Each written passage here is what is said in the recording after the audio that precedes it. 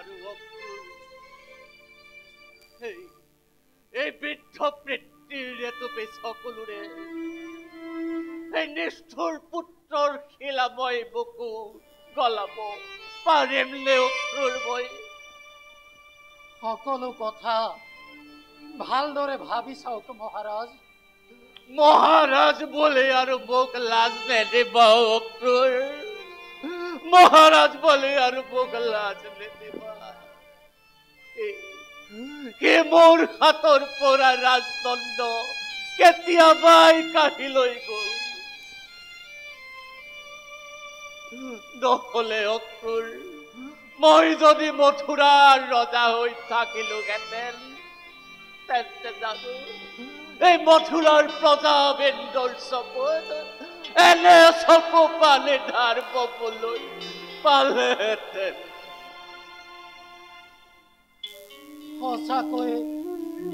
সঁচাকৈয়ে মথুৰা আজি অৰাজক মহাৰাজ।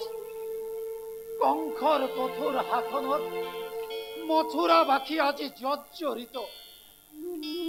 মহাৰাজ, যাদৱসকলৰ নেতা মহন্ত বসুদেৱ বন্দী কংসৰ কাৰাগাৰত। প্ৰজাসকলৰ সকলো ন্যায্য অধিকাৰ ভৰিৰে মুখাৰি লৈ তুখা মুদকাৰী সেই ৰাজ কৰ্মচাৰীসকলৰ স্বেচ্ছাচাৰিতাক সকলো প্ৰকাৰে প্ৰশ্ৰয় দি কংসই আজি কাৰ বলেৰে ৰাজ্য শাসন কৰিছে মহাৰাজ। ন্যায় বিচাৰ পাবলৈ বুলি প্ৰজাসকলে গৈ ৰজাৰ আগত তুতি মিনতি কৰিলেও নিজে মাত্ৰ সৰ্বশ্ৰান্ত আৰু সৰ্বহাৰা হৈ চকু পানী টুকি টুকি উভতি আহিব লাগে। ইয়াৰ প্ৰতিকাৰ কোনে কৰিব মহাৰাজ? সকলো মথুৰাবাসী প্ৰজাৰ সলনি মই আপোনাক হাত জোৰ কৰি মিনতি কৰিছো, আপুনি কংসক এবাৰ অনুৰোধ কৰি চাওক। একো লাভ নাই অক্ৰুৰ, একো লাভ নাই। আজি যদি পিতৃৰ কথা পুত্ৰই কৰিলেহেঁতেন, প্ৰজাৰ নিবেদন যদি ৰজাই কাণ দিলেহেঁতেন, তেন্তে জানো এই বৃদ্ধ উগ্ৰসেন আজি অন্ধকাৰ ফুটাহালত বচিব লাগে?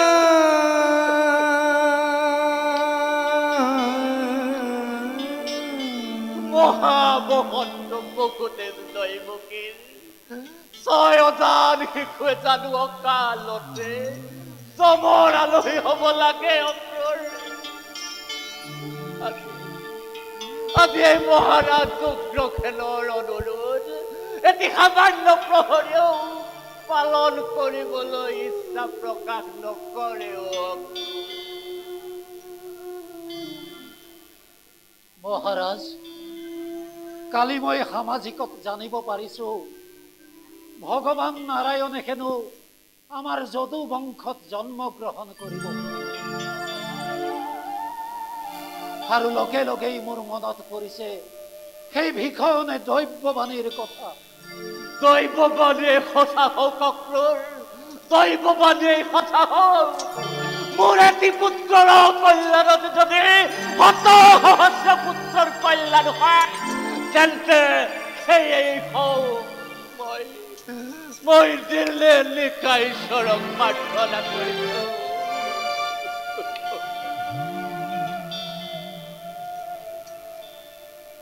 মথুৰাবাসীৰে আজি দুৰ্ভাগ্য মহাৰাজ। বিনা কাৰণত আপোনাৰ দৰে এজন পিতৃবৎসল মৰমীয়াল নিপতিৰ শাসনৰ পৰা তেওঁলোক আজি বঞ্চিত হ'ব লগা হৈছে। মহাৰাজ, ঈশ্বৰে আপোনাক দীৰ্ঘ জীৱন দান কৰক। পুনৰ আপোনাৰ শাসনৰ তলত থাকিব পাৰিলে মথুৰাবাসী আৰু ৰাম ৰাজ্যও কামনা নকৰে মহাৰাজ। মই আৰু বেছি দিন জীয়াই থাকিব নিবিচাৰো অক্ৰুৰ। মৰণেই মোৰ নিমিত্তে আজি অমৃত।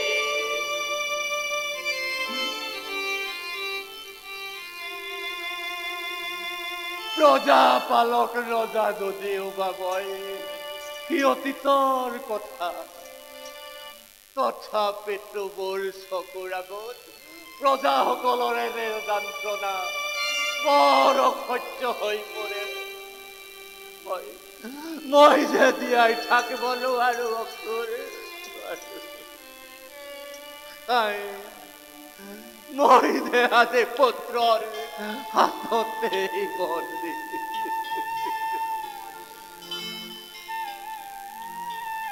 পিতৃৰ আগত পুত্ৰৰ যাত্ৰণা, ৰজাৰ আগত প্ৰজাৰ আৰ্তনাদ, কিমান মৰ্মভেদী, কিমান কৰো।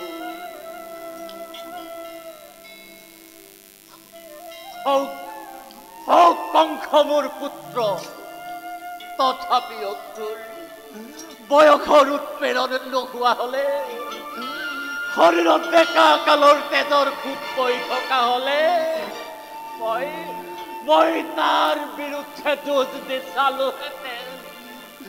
সিংহৰ দৰে গৰজি উঠি কুলাঙ্গাৰ পুত্ৰৰ বুকুত তীক্ষ্ণ তৰোৱাল বহুৱাই তাৰ মই মতলি মই চালোহেঁতেন।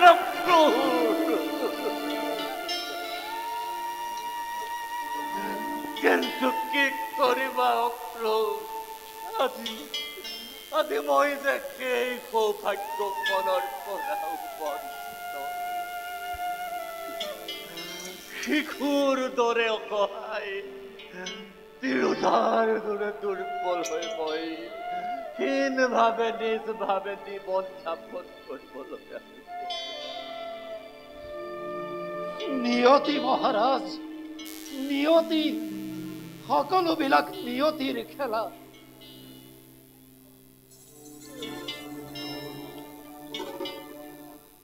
তাক কি কুমন্ত্ৰণা দিবলৈ আহিছা?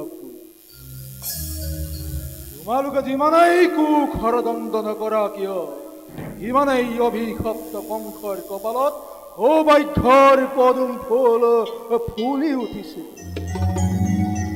তোমালোকৰ নিচিনাকৈ কংস ৰাজপ্ৰসাদত জয় লক্ষ্মীনিও আজি বন্দিনী।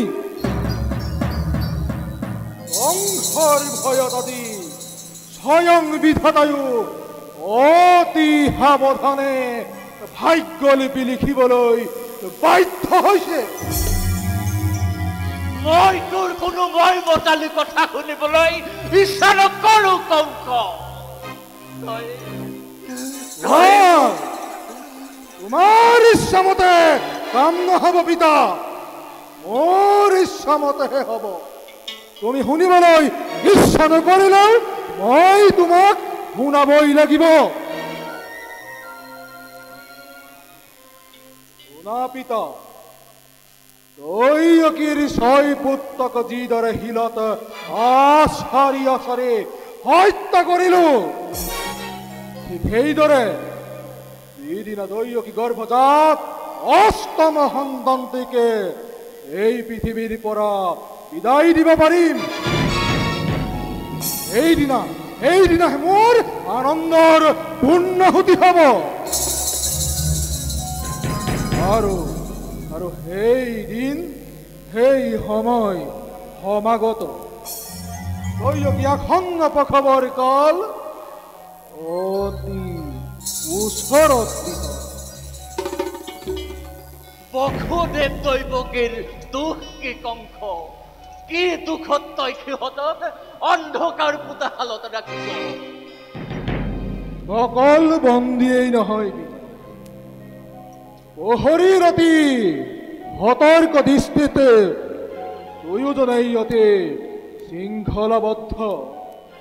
কংসৰ প্ৰাণবৈৰী আগমনৰ উপলক্ষে সকলো আদৰ সম্বৰ্ধনা আয়োজন সম্পূৰ্ণ হৈছে। আৰু সেই শত সহস্ৰ প্ৰহৰী, আনকি মথুৰাৰাজ কংসয়ো বিনীত ৰজনী যাপন কৰিছে। মই এতিয়া যাওঁ পিতা, তোমাকেই সুসংবাদ দিবলৈহে আহিছো।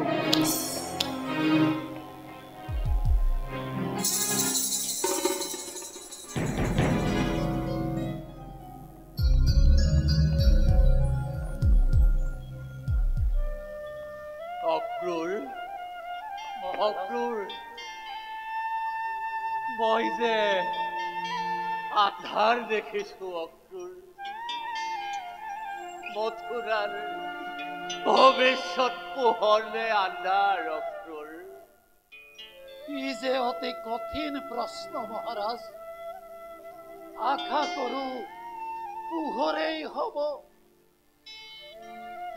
যদু বংশৰ পূৰ্বপুৰুষসকলে স্বৰ্গত থাকি আমাক এনে অভিশাপ দিব লাগে নে অক্ৰুৰ, এনে অভিশাপ দিব লাগে।